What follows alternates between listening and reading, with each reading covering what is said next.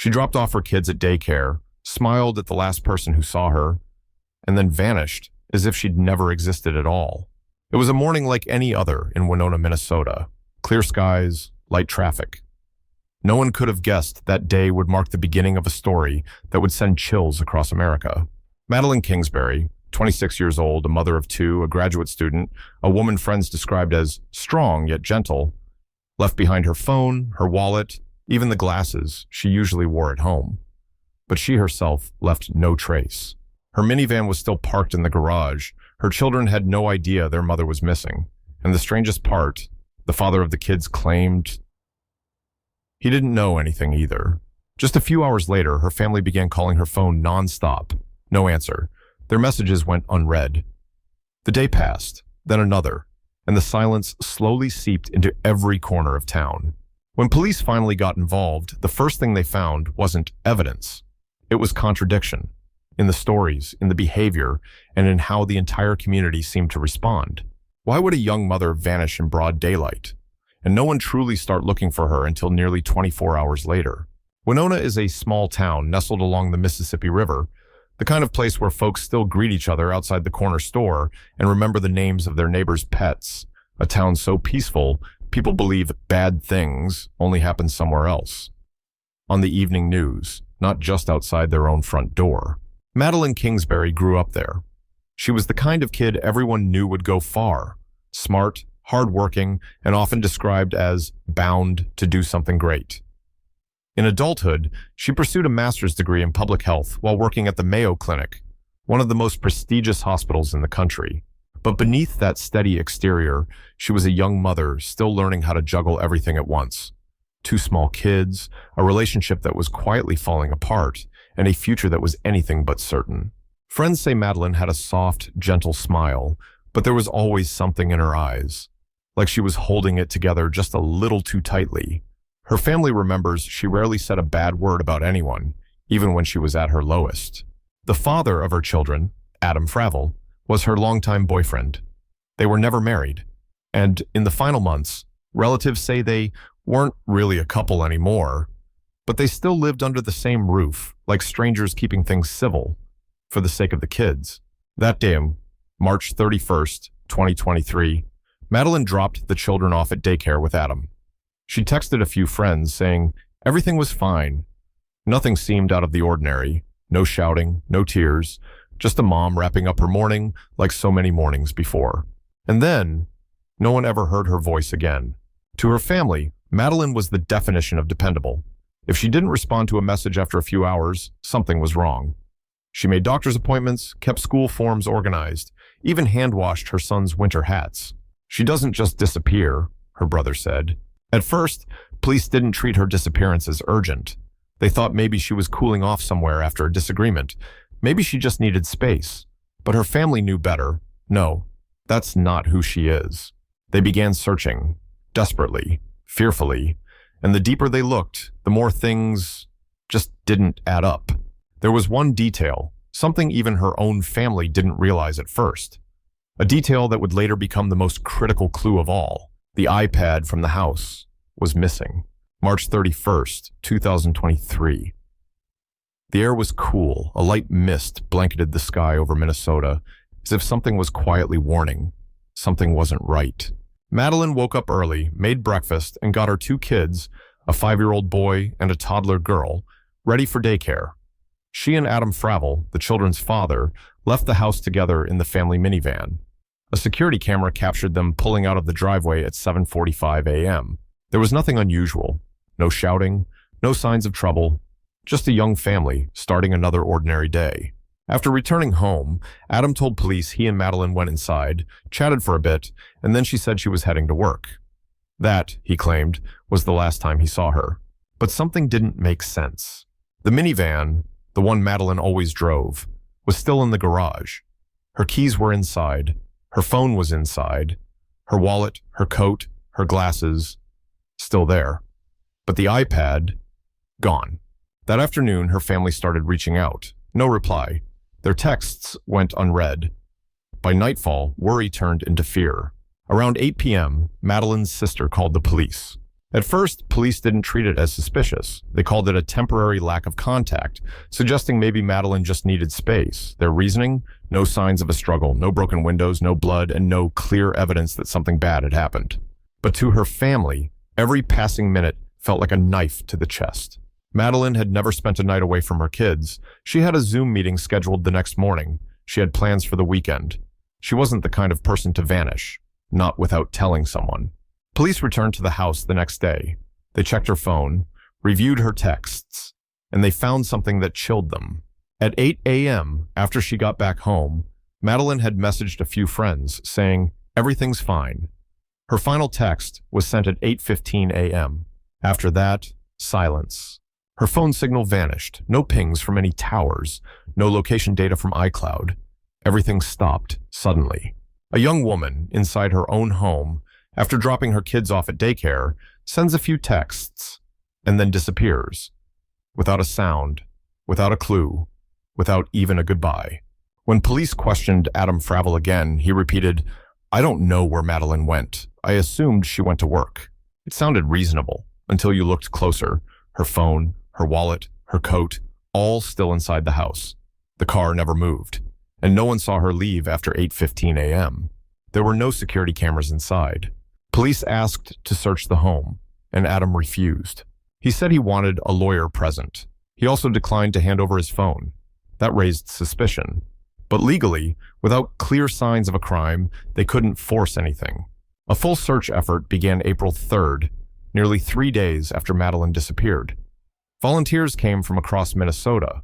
Most had never met her, but were moved by the image of a young mother vanishing, leaving behind 2 children too young to understand what was happening. Police searched dogs, drones, boats. All were deployed to scour the Mississippi River, nearby fields, and the edges of Winona. But nothing. No shoes, no hair, no drag marks, nothing. The only thing left was a deep, unshakable feeling that something was wrong. A mother doesn't walk away from her children. A daughter doesn't vanish without a word. And an ex-partner doesn't just know nothing. As media coverage ramped up, all eyes turned toward Adam Fravel. He maintained his innocence, hired an attorney, avoided the press, and, according to Madeline's family, refused to let the kids see their grandparents. Police slowly shifted the case from voluntary disappearance to a suspected criminal matter. But there was still no body, no blood, no crime scene. Just one man, still living in the house where the woman was last seen, and denying he had anything to do with it. But if Madeline left the house, her sister asked, why was her phone still plugged in, charging next to the bed? After nearly a week of searching with no results, investigators began to re-examine every detail, every word, every action from the 24 hours before and after Madeline vanished. And that's when the smallest things started not to line up. Adam Fravel told police that after dropping the kids off at daycare with Madeline, they returned home around 8 a.m. He claimed they had a light argument, and then Madeline said she was going to work. But no one else could confirm that. No neighbor saw her leave. The garage door never opened. There were no bank transactions. No cameras in town captured her after 8:15 a.m. And one more thing, Adam didn't text her all day. No calls, no check-ins, no concern. When asked why, he said, I thought she needed some space. A mother, with no money, no car, no phone, just needed space. Police began looking into Adam's phone data. What they found raised even more red flags. That same morning, Madeline disappeared. Adam had driven out toward a rural area nearly an hour from town, with no clear reason. The vehicle he used? The family's minivan. A traffic camera along the route caught a van that matched the same make, color, and license plate, but the driver wasn't visible. Even stranger, that particular camera lost signal for exactly 30 minutes, the same time the van passed through. Coincidence? Or did someone know where the cameras were? Then came a paper trail, a document from Madeline's past, a report from her therapist. In it, she described feeling unsafe living with Adam, and had quietly made plans to move out after spring. She hadn't told anyone, not her parents, not her closest friends, not even her siblings. So we returned to that Friday morning, but this time through the eyes of a neighbor who told police she saw a man dragging something heavy across the backyard. The neighbor, a woman living at the end of the block, told investigators that on the morning of March 31st, she saw a man in a hoodie pulling something across Madeline's yard. She couldn't see his face, but she was certain it was long, like the length of a body, and too heavy to be just furniture. Police took her statement, but couldn't identify the person. A nearby camera had its view obstructed, and there was no hard evidence. The next day, police tracked the GPS history of the minivan Adam usually drove. It showed the van left home around 10 a.m. and headed south along Highway 43 toward Mabel, a small town surrounded by woods and abandoned farmland. Adam never mentioned that trip in his first interview. When questioned, he claimed he was just driving around to clear his head. But the drive lasted over 2 hours, with no phone pings, no stops, no explanation. Just in, then out. On April 7th, police expanded the search. Over 2,000 people joined in, one of the largest search efforts in Minnesota's history. Volunteers wore bright orange shirts, lined up across fields, scouring every blade of grass, every brush-covered trail. Still, nothing. The only thing growing was fear. Community message boards filled with questions. Is she still alive? If this could happen to Madeline, who's next? At the Mayo Clinic, where Madeline had worked, colleagues held a vigil. One co-worker recalled her saying, "I want to make a difference in people's lives." But now, her own life was a blank space, erased by silence, buried under contradiction. Police requested a warrant to search the home. When they arrived, Adam lashed out. According to officers, he stood in the doorway shouting, blocking entry, even smashing items in the house. It only deepened suspicion, but there still wasn't enough evidence to arrest him. They began searching the area around Mabel, not knowing that 2 months later that exact place would reveal the darkest secret of this entire case. June 7th, 2023, more than 2 months after Madeline Kingsbury disappeared. A farmer in Fillmore County was clearing brush near his land when he noticed a strong, foul odor, a smell he later described as metallic, mixed with rot. When he got closer, he found a large bundle, wrapped tightly in a gray bedsheet, secured with heavy-duty black tape. It had been hidden beneath a fallen tree, deep along a rarely used dirt path. Police were called immediately. When they opened the bundle, they knew. It was Madeline Kingsbury. The autopsy confirmed what they feared. She had been dead for a long time, likely within hours of being last seen. The cause? Blunt force trauma to the head. No weapon was found at the scene. The way she'd been wrapped, tight, careful, deliberate, led investigators to believe the person who did this knew exactly how to conceal a body and knew this land. Detectives reviewed every camera angle, every GPS signal near the location where she was found. And again, the minivan, Adam Fravel's vehicle, showed up.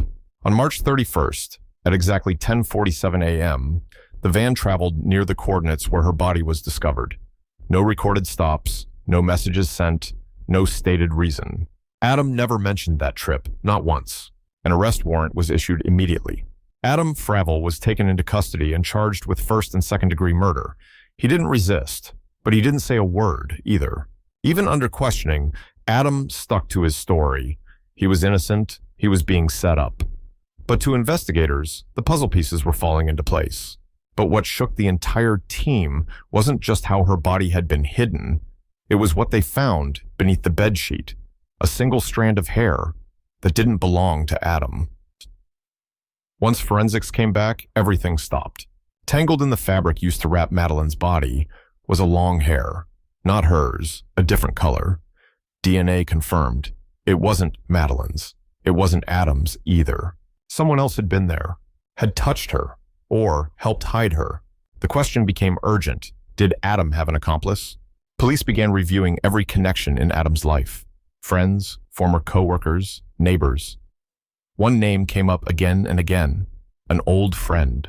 A man with a background in transport jobs.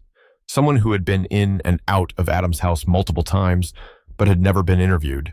He had a record for obstruction of justice, in a case where he helped a friend hide evidence in a robbery. Still, there was no direct link to Madeline's case. The hair could have transferred from earlier. They needed more, but the public didn't. Outrage exploded online. The hashtag Justice for Maddie swept across social media. People began asking bigger questions. Why did it take more than 2 months to find her? when the area had supposedly been searched? Was something missed? Or deliberately ignored? One disturbing detail emerged. The location where her body was found had originally been within the search radius, but was excluded from the official grid because it was considered not suspicious. Why? Because someone who used to live near there was related to Adam Fravel. On top of that, legal records revealed Madeline had been preparing to file for sole custody of the children just days after she disappeared. Adam knew that. So if Madeline vanished right after telling him she planned to leave, was this really about love? Or was it about something bigger, control over the children? To investigators, the motive was beginning to crystallize. But for the public, a deeper doubt began to form. If Adam had help, where is that person now? And was someone, somewhere in the system, complicit in helping bury the truth? The moment Adam Fravel was arrested, people thought the case had reached its conclusion. The killer had been charged, the body was found. Justice was finally within reach. But then, cracks began to show, not in Adam's story, but in the very system that investigated him. Why hadn't police found the body sooner, especially when the location was inside the original search zone? Why had several security cameras around Madeline's home, especially the one behind the house, conveniently suffered technical failures that exact morning? And why, for the first 2 months, had no one taken a close look at Adam's GPS data, something a group of volunteer students would later do, and uncover what police had missed? An independent journalist who had followed the case from the beginning published an expose that rocked the public. Was someone protecting Adam Fravel, at least in the early days? As the article went viral, another unexpected detail surfaced. The daycare manager, where Madeline's kids went, told investigators that Adam had returned alone, just minutes after dropping the kids off. He claimed he'd forgotten his phone, but Wi-Fi logs from inside the house showed the phone had never left. So why did he go back? In his first statement, Adam never mentioned returning to the daycare. Only after security footage was reviewed did he adjust his story. At this point, the case was no longer just about who killed Madeline. It was about who may have helped slow down the investigation. Who failed to act, and why? Madeline's family, once fully trusting in the justice system, fell silent. A silence heavier than any accusation. People began leaving candles at the courthouse steps. A handwritten sign hung from the fence read, "If the truth is buried, who will dig it up?" And then, for the first time, a close friend of Madeline's spoke to the press. She said Madeline had once whispered to her, "If anything ever happens to me, don't let them say it was an accident." That one sentence shook everything. If Madeline had feared something before, who was she afraid of? Her ex? Someone who had threatened her?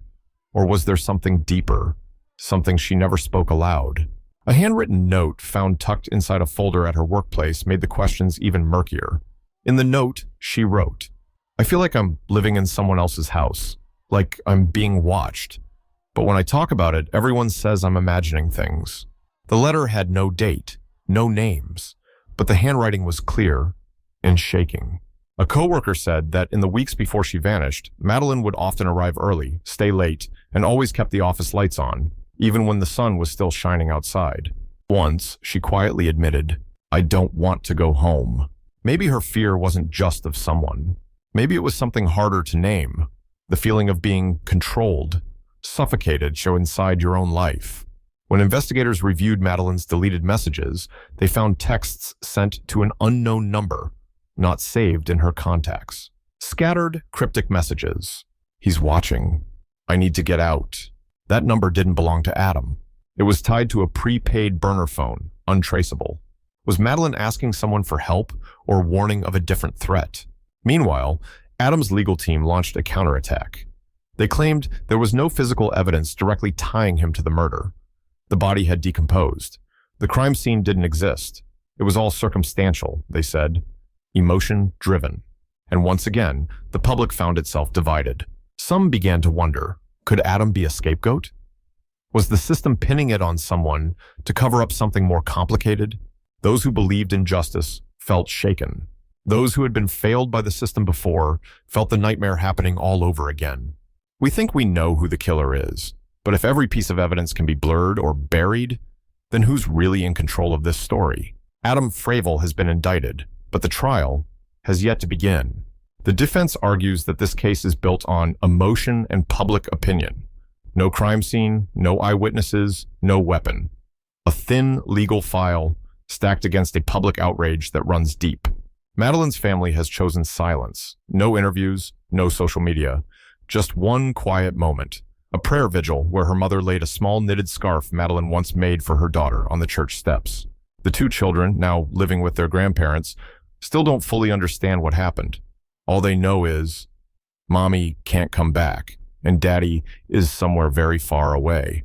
There are questions no one dares to answer, like, who really sent that final text from Madeline's phone? Who else knew where her body was buried, besides Adam? And why was that location removed from the original search grid?